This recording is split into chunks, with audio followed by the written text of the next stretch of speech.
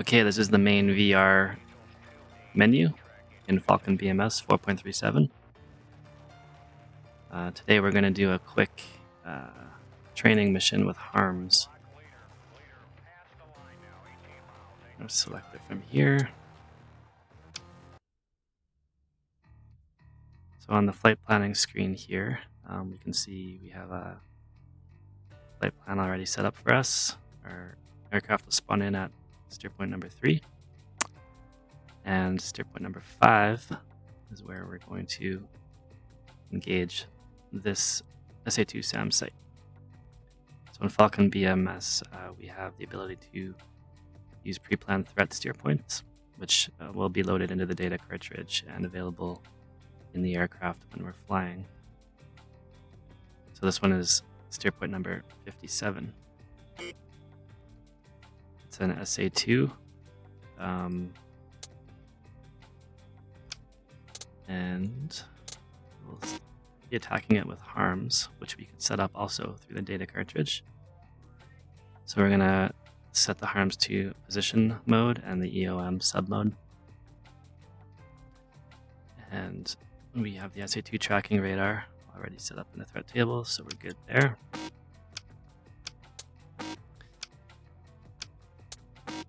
Gonna set the MFDs up also. You can do that through the data cartridge, which is really nice. I've already set up the weapon screen SMIS page on MFD1, and on MFD2 I have the HSD and the SMIS. So I'm going to leave that as is, save that, and we can go fly. Okay, so now we're in the aircraft. If I go to the air-to-ground master mode, we can see that the MFDs are set up the way we want. We have the weapon page on the left, the HSD on the right. I'm going to switch the harm power on, and you can see that that harm is already set up in the position mode and EOM sub mode, just as we wanted. So this is all done through the data cartridge in the flight planning screen, which is a really nice change from DCS, having to do this on every startup when you spawn into the aircraft. So what we're going to do is zoom out on the HSD until we can see those SA2 SAM sites.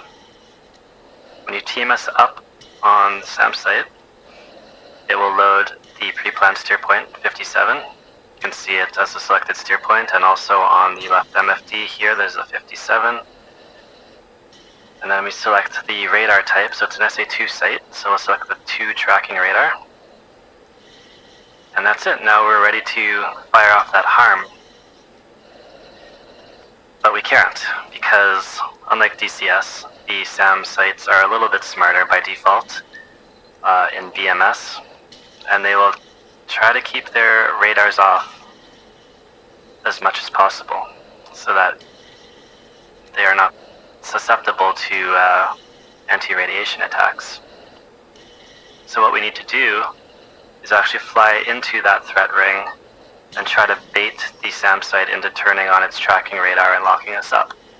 Once that happens, the harm will be able to home in on that emitter and destroy it, hopefully.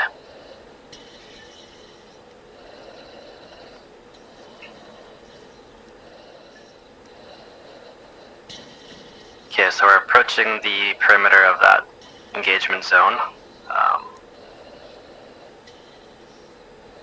Just a few more minutes and we'll be inside. Once we go inside, the threat ring will turn red, just as like a visual indication that we're within the weapon engagement zone for that SAM site.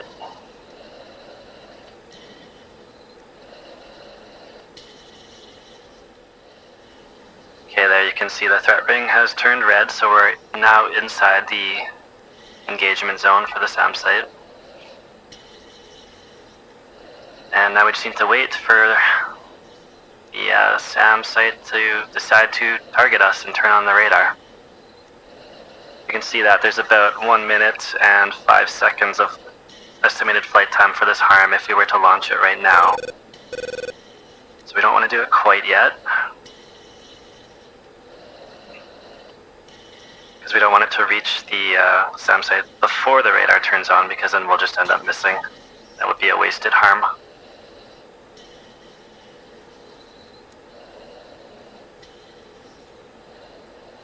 Okay, I'm gonna go ahead and launch now. Magnum.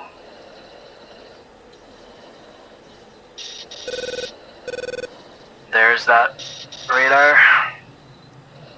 So we're being locked up right now. Gonna turn away.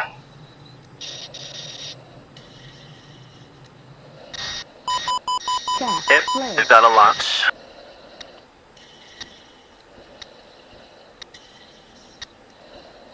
Looking for that missile. Oh, I see it there. There's a smoke trail.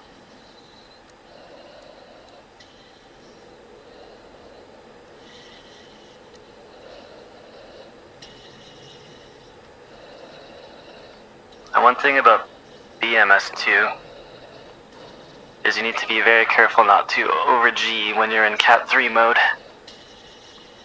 You see there's the missile down there. I think we're good.